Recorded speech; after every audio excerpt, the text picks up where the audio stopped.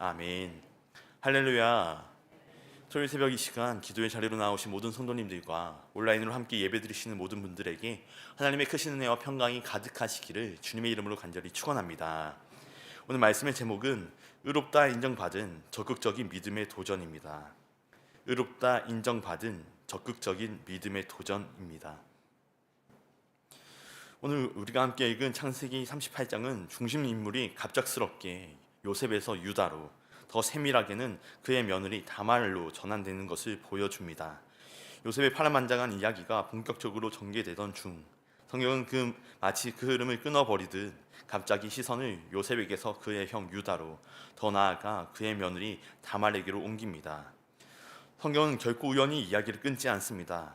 깨어진 야곱의 가정, 속임과 질투와 배신으로 점철된 이 가족사의 한복판에서도 하나님께서 세상을 구원하시기에 세우신 언약의 흐름은 멈추지 않고 도도하게 흘러가고 있음을 창세기 38장은 우리에게 보여줍니다.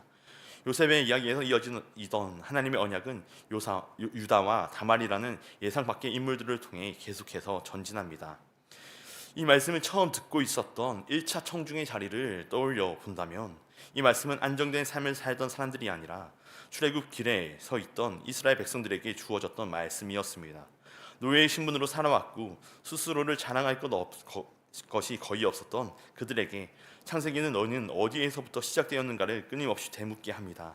이 세상을 창조하신 하나님이 그들의 하나님이시며 아브라함과 이삭과 야곱에게 언약을 세우신 분이 바로 그 하나님이라고 하는 사실은 분명한 위로였지만 동시에 창세기 후반의 이야기들은 한 가지를 더 분명히 보여줍니다. 그들이 택감받은 이유는 그들의 경건함이나 조상들의 공로 때문이 아니라 전적인 하나님의 은혜였다는 사실입니다. 그러기에 창세기를 제대로 읽어가게 된다면 우리가 다른 민족보다 더 낫기 때문에 택함받았다고 하는 선민사상은 결코 나을 수가 없을 것입니다. 특별히 오늘 본문이 더욱 놀라운 이유는 하나님의 언약이 유다와 다말을 통해 계승된다는 사실 때문입니다. 이스라엘 민족과 하나님의 나라의 시작은 인간의 정결함이나 도덕적인 우수성에서 비롯된 것이 아니었습니다. 오히려 언약에서 계속해서 멀어져 가는 죄인들을 긍휼히 여겨주시고 끊임없는 용서와 인내로 하나님의 뜻을 이루어 가시는 하나님의 주권적인 역사 속에서 시작되었습니다. 창세기 38장은 인간의 실패보다 하나님의 신실하심이 얼마나 더욱더 강한지 보여주는 말씀입니다. 물론 이 본문은 오늘 우리의 윤리적인 기준으로 볼 때 쉽게 이해하기 어려운 장면들을 포함하고 있습니다. 성경은 이 사건을 미화하지도 또 죄를 정당화하지도 않습니다. 그러나 동시에 하나님께서 무엇을 기준으로 사람을 평가하시는지를 우리에게 묻게 합니다. 이 사건을 단순히 시아버지와 며느리 사이의 불륜이라고 하는 틀로만 바라본다면 우리는 이 본문의 핵심을 놓치게 됩니다. 성경은 이 이야기를 통하여서 하나님의 언약 앞에서 누가 책임 있게 서 있는가, 누가 언약을 붙들고 행동했는가를 묻고 있습니다. 이 지점에서 우리는 뚜렷한 대비를 보게 됩니다. 하나님의 언약을 가볍게 여기며 책임을 미루는 유다와 그의 아들들, 그리고 모든 조건이 무너진 상황 속에서도 하나님의 언약의 계승을 포기하지 않았던 한 여인 다말입니다. 야곱의 아들들과 그 자손들이 외면하고 있었던 하나님의 언약을 사회적으로 가장 약한 위치에 있던 다말이 붙들고 있었던 것입니다. 성경은 이 여인의 선택과 행동을 통하여 하나님께서 의롭다 여겨주시는 믿음이 무엇인지를 우리에게 보여줍니다. 이러한 내용을 담고 있는 창세기 38장은 네 가지 구조로 나누어 볼 수 있습니다. 첫 번째 단락은 1절부터 6절로 언약에서 멀어지는 유다입니다. 두 번째 단락은 7절부터 11절로 책임을 외면하는 유다의 아들들과 기다림 속에 놓인 다말입니다. 세 번째 단락은 12절부터 26절로 책임 앞에서 드러나는 유다와 다말의 믿음의 차이입니다. 마지막 네 번째 단락은 27절부터 30절로 베레스와 세라의 출산입니다. 본문의 말씀을 통하여 세 가지 영적인 교훈과 기도의 제목을 얻는 이 시간 되기를 원합니다. 첫째로, 생명이 하나님과 갈라진 죄의 결과는 죽음입니다. 생명이 하나님과 갈라진 죄의 결과는 죽음입니다. 창세기 38장은 유다가 가족들로부터 떨어져 나오는 장면으로 시작합니다. 1절입니다. 그 후에 유다가 자기 형제들로부터 떠나 내려가서 아둘람 사람 히라와 가까이 하니라. 이 한 문장은 단순한 이동의 기록이 아닙니다. 이것은 유다 인생의 방향 전환을 보여주는 말씀인데, 요셉이 팔려가던 바로 그 시기 형제들 안에서 이미 깊이 깨어져 버린 관계는 유다로 하여금 더 이상 그 공동체 안에 머물지 못하게 만들었습니다. 서로를 지켜주어야 할 형제의 관계는 어느새 서로를 경계하고 감시하며 질투하고 증오하는 관계로 변질되었습니다. 죄는 언제나 이렇게 관계를 왜곡시키고 결국에는 관계를 파편화시키는 결과를 낳습니다. 그 결과 유다는 하나님의 언약이 있었던 가정으로부터 스스로 떨어져 나옵니다. 성경은 이 장면을 내려갔다라고 표현합니다. 이 내려가는 단순히 북쪽에서 남쪽으로 이동했다는 공간적인 설명이 아닙니다. 성경이 말하는 내려가는 하나님 앞에서 자신의 정체성과 책임을 내려놓는 선택을 의미합니다. 유다는 언약의 공동체를 떠나 하나님 없이도 괜찮을 것 같은 삶의 자리로 스스로를 옮겼습니다. 그는 가나안 사람 히라를 친구로 삼고 가나안 여인을 아내로 맞이하여 새로운 가정을 꾸립니다. 겉으로 보기에는 아무런 문제가 없어 보입니다. 가정을 이루었고 새 아들을 낳았으며 삶은 계속 굴러가는 것처럼 보였습니다. 그러나 생명의 하나님으로부터 분리되었던 삶은 시간이 지나면서 반드시 그 실체를 드러내게 됩니다. 하나님께서 맡기신 언약과 책임을 떠난 유다의 가정 가운데 비극이 찾아온 것입니다. 첫째 아들 엘이 죽고 이어 둘째 아들 오난 또한 하나님의 심판을 받아 죽게 됩니다. 성경은 이 두 아들의 죄 중 첫째 아들의 죄에 대해서는 자세히 설명하지 않습니다. 그러나 둘째 오난의 죽음에 대해서 하나님이 그도 죽이셨다라고 하는 표현은 두 아들의 죽음에는 연관성이 있다는 것을 볼 수 있습니다. 그들 모두 하나님의 뜻과 상관없이 살아갔고 언약의 가문으로서 감당해야 할 책임을 가볍게 여겼으며 철저히 자기 중심적인 선택을 했다는 점입니다. 그중 오나는 형제의 가문을 세워야 할 책임을 알면서도 자기 자신의 이익만을 위해 그 책임을 회피합니다. 이것은 단순한 도덕적인 실패가 아니라 언약을 거부하는 태도였습니다. 하나님의 언약에서 벗어난 자리에는 죄가 따르게 되고 죄는 반드시 죽음을 낳습니다. 유다는 자신의 가문이 더 이상 이어가지 못할지도 모른다는 깊은 위기 앞에 서게 되었습니다. 이 죽음은 갑자기 어느 날 떨어졌던 벼락 같은 일이 아니었습니다. 이미 오래전 하나님의 언약으로부터 연결되었던 그 자리에서부터 끊어지기 시작했던 결과였습니다. 한 도시를 떠올려 본다고 할 때 겉으로는 건물이 그대로 있고 사람들도 오가며 살아가고 있는 처럼 보이는 도시가 있습니다. 그러나 만약 그 도시로 출입하도록 하는 도로와 전력, 수도와 같은 핵심 연결망들이 끊어진다면 그 도시는 더 이상 정상적으로 살아갈 수 없습니다. 도시를 무너뜨리는 것은 건물 하나의 붕괴가 아니라 생명을 공급하던 연결의 단절입니다. 유다의 가정에 일어난 죽음도 마찬가지였습니다. 하나님과의 언약이라고 하는 생명의 연결망이 끊어졌을 때 겉모습은 유지되는 것처럼 보이지만 그 안에선 이미 붕괴가 시작되어지고 있었습니다. 예수님께서는 요한복음 15장에서 이렇게 말씀하셨습니다. 나는 포도나무요 너희는 가지라. 그가 내 안에 내가 그 안에 거하면 사람이 열매를 많이 맺나니 나를 떠나서는 너희가 아무것도 할 수 없음이라. 가지는 줄기에 붙어 있을 때에만 생명을 공급받습니다. 가지가 꺾이는 순간 겉으로는 여전히 푸르고 살아있는 것처럼 보일 수 있지만 그러나 그때 이미 생명의 흐름은 완전히 끊어진 상태입니다. 시간이 지나면 반드시 마르고 결국 열매는커녕 존재 자체가 사라지게 됩니다. 유다의 내려감이 바로 그러했습니다. 그것은 가족을 떠난 선택이 아니라 생명의 하나님으로부터 스스로를 분리해낸 결정이었습니다. 죄는 언제나 지금은 괜찮아 보이는 선택으로 시작됩니다. 그러나 생명의 근원과 끊어진 삶은 반드시 죽음이라고 하는 열매를 맺게 됩니다. 그래서 성경은 우리에게 먼저 열심히 살라라고 말하기 전에 어디에 붙어 있는지를 점검하라고 묻고 있는 것입니다. 사랑하는 여러분, 혹시 하나님을 떠난 자리에서 삶의 무너짐과 어려움을 마주하고 계시지는 않습니까? 그렇다면 그 자리를 고집하는 것이 아니라 속히 하나님께로 돌아오는 그것이 우리가 해야 할 일인 줄로 믿습니다. 죄의 결과 앞에서 마음을 더욱 굳어지게 하는 것이 아니라 생명의 하나님께 다시 붙어 나아가게 될 때 참된 회복이 시작되는 줄로 믿습니다.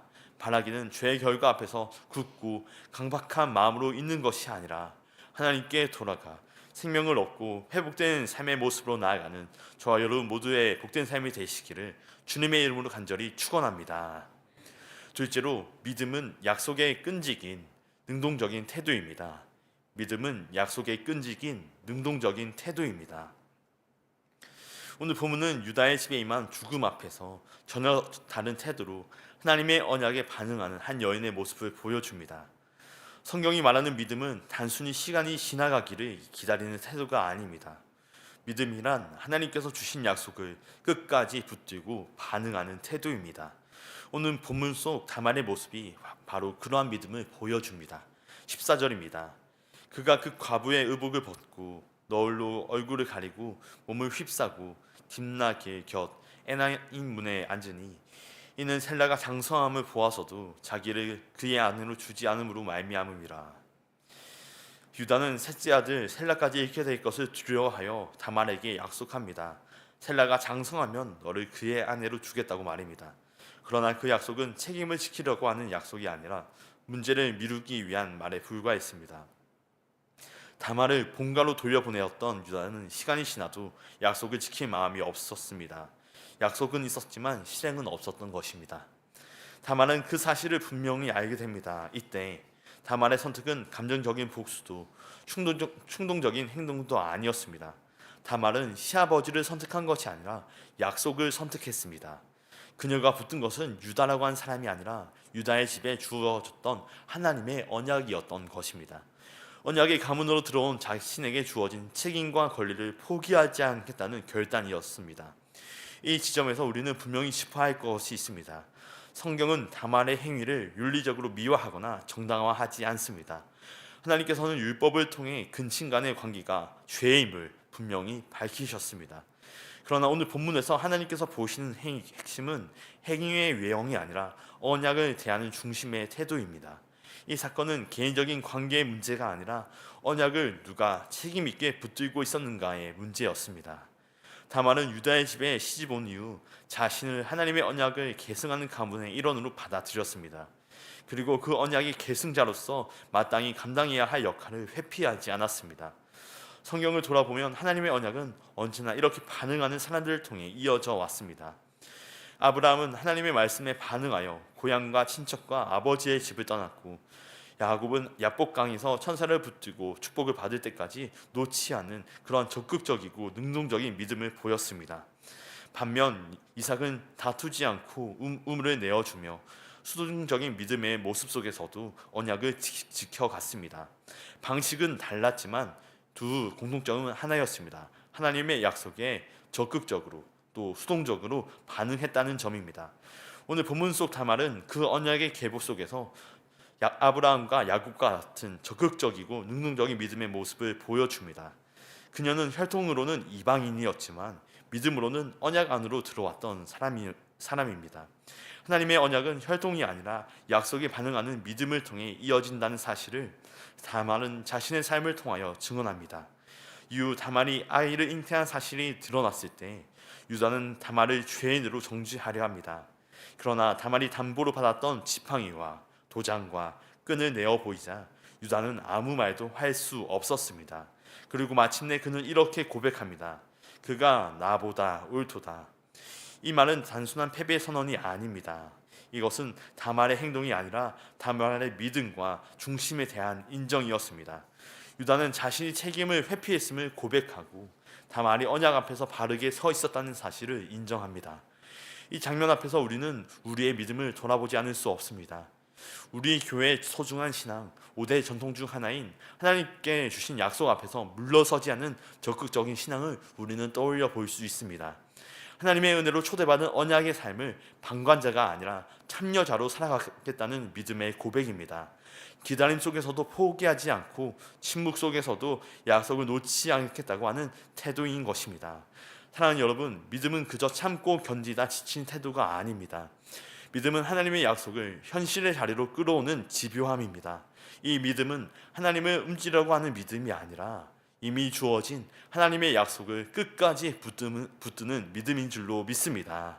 다말은 바로 그 믿음으로 하나님의 언약 안에 포함되는 은혜를 누리게 되었습니다. 오늘을 살아가는 우리에게도 이러한 믿음이 필요한 줄로 믿습니다. 포기하지 않는 믿음, 상황보다 약속을 더 크게 붙드는 믿음, 하나님의 말씀을 우리의 삶의 자리로 가져오겠노라고 나아가는 적극적인 믿음, 그 믿음을 지님으로 말미암아 삶의 자리에서 언약의 열매를 누리며 살아가시는 저와 여러분 모두가 되시기를 주님의 이름으로 간절히 축원합니다. 끝으로 언약 앞에 선 바른 태도로 의로움을 얻습니다. 언약 앞에 선 바른 태도로 의로움을 얻습니다. 유다는 다말 앞에서 그리고 무엇보다도 언약의 하나님 앞에서 한 고백을 합니다. 26절입니다. 유다가 그것을 알아보고 이르되 그는 나보다 옳도다. 내가 그를 내 아들 셀라에게 주지 아니하였음이로다 하고 다시는 그를 가까이 하지 아니하였더라. 아멘. 유다의 이 말, 그는 나보다 옳도다라고 하는 고백은 단순한 도덕적 비교가 아닙니다. 이것은 누가 더 깨끗했는지 가리는 말이 아니라 누가 언약 앞에서 책임을 졌는지를 인정하는 신앙적인 선언입니다. 유다는 율법의 울타리 안에 있었지만 언약을 이어가 책임을 미루었습니다. 반면 다말은 어떤 보호 장치도 없는 자리에서 자신의 안전과 평판을 내려놓고 언약을 붙들었습니다. 하나님께서는 바로 그 자리를, 다말이 서 있던 그 자리를 의의 자리로 봐주신 것입니다.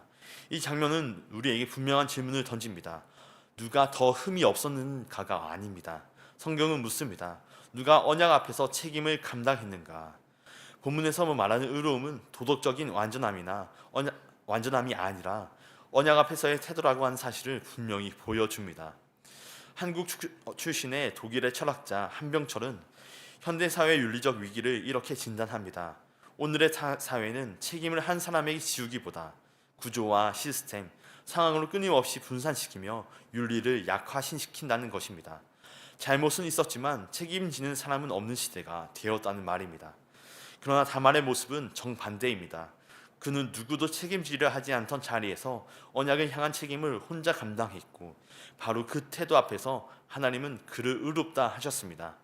26절에서 옳도다라고 번역되었던 이 표현은 성경이 말하는 의롭다라고 하는 개념을 담고 있습니다. 이 의로움은 흠없는 상태를 의미하지 않습니다. 성경이 말하는 의로움은 하나님과의 관계가 바로 서 있는 상태, 곧 언약의 하나님 앞에 바르게 서 있는 태도를 의미합니다. 창세기 15장에서 아브라함이 의롭다 여김을 받은 것도 그가 완벽했기 때문이 아니라 하나님의 약속을 신뢰하며 그 앞에 바르게 서 있었기 때문이었습니다. 오늘 본문에서 다말이 의롭다 평가받은 이유도 동일합니다. 다말은 자신의 가능성이 아니라 하나님의 약속과 그분의 가능성에 자신의 삶을 내어 맡겼습니다. 다말은 자신의 안전과 체면보다 하나님의 언약과 생명의 계승을 더 중요하게 여겼습니다. 그리고 하나님은 그 선택을 통해 언약의 계보를 이어가십니다. 성경이 말하는 의로움이란 자기 가능성을 증명하는 능력이 아니라 하나님의 가능성에 책임 있게 자신을 내어 맡기는 태도라고 우리에게 가르쳐 줍니다. 사랑하는 여러분, 이 믿음과 이 칭의의 은혜가 오늘 우리에게도 향하고 있는 줄 믿습니다. 우리의 인생이 아무리 연약하고 부족해 보일지라도 하나님은 새로운 기회가 방법을 예비하여 주셔서 당신의 선하심을 드러내어 주십니다. 나의 가능성이 아니라 하나님의 가능성에 믿음을 걸고 언약 앞에 책임 있게 서게 될 때 우리는 비로소 참된 언약 백성으로 살아가게 되는 줄 믿습니다.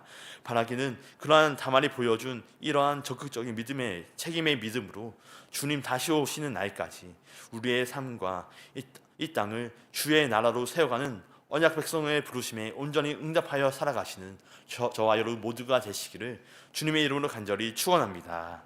기도하겠습니다. 사랑과 은혜가 충만하신 하나님 아버지, 오늘도 기도의 자리로 인도하여 주시고 말씀을 통하여 은혜 주시니 감사드립니다. 유다와 같이 언약에서 멀어져 생명이 끊어지는 길을 따르지 않게 하시고 영원한 생명 대신 주님께 연결된 삶을 살아가게 하여 주시옵소서. 다말이 보여준 적극적인 믿음이 우리에게도 있게 하여 주옵시고 하나님께서 예비하신 길이 있음을 신뢰하며 언약을 우리의 삶의 자리로 끌어오는 순종의 발걸음을 내딛게 하여 주시옵소서. 의롭다 인정하여 주시는 믿음의 도전을 택하며 하나님의 가능성에 우리의 삶을 내어 맡길 때 주님의 놀라운 언약의 축복이 우리의 삶을 통하여 성취되는 은혜가 있게 하여 주시옵소서. 이 시간 주님의 전에 나와 간절한 기도의 제목과 함께 올려드리는 귀한 예물의 손길들 있습니다. 이 예물이 쓰이는 곳마다 주의 나라가 확장되게 하여 주옵시고 복음을 통한 생명 구원의 역사가 가득히 나타나게 하여 주시옵소서. 드린 손길 위에도 주께서 늘 함께하여 주사 하늘의 신령한 복과 땅의 기름진 축복을 누리며 살아가는 복된 삶으로 주께서 친히 인도하여 주시옵소서. 우리 구주 예수 그리스도의 이름으로 간절히 기도하옵나이다. 아멘.